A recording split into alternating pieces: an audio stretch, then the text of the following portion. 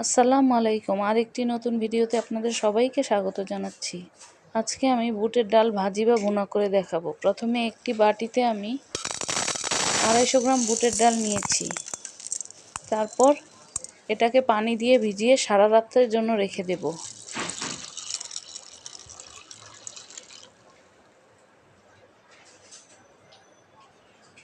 সারা রাত ভিজিয়ে রাখার পর এবার আমি এটাকে রান্না করব। প্রথমে একটি প্যানে আমি হাফ কাপ তেল দিয়েছি। তারপর 1 মুঠের মতো পেঁয়াজ কুচি দিয়েছি। 3 টুকরা দারচিনি ও 4টি এলাচ দিয়েছি। স্বাদমতো লবণ। এবার আমি পেঁয়াজটাকে হালকা বাদামি করে ভেজে নেব।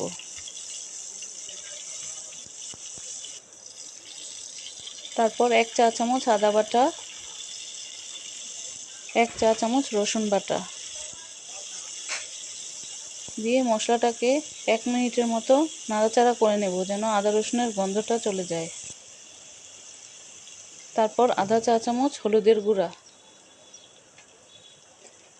1 চা চামচ জিরার গুঁড়া, 1 চা চামচ ধনিয়ার গুঁড়া, আধা চামচ মরিচের গুঁড়া,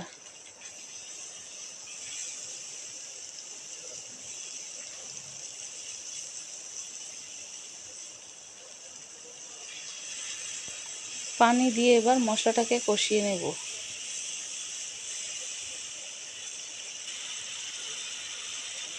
সাথে আমি আধা চা চামচ গরম মশলার গুঁড়া দিয়েছি।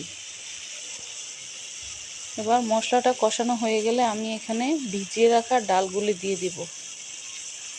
দিয়ে ডালগুলিকে কষিয়ে নেব।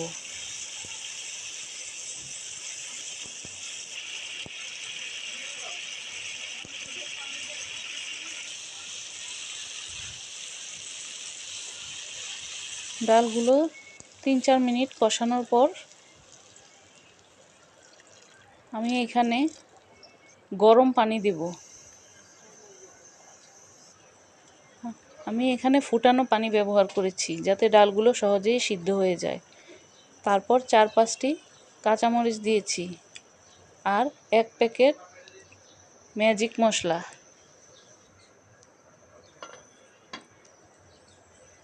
এবার আমি এটাকে ঢেকে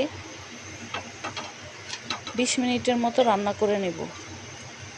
20 মিনিট পর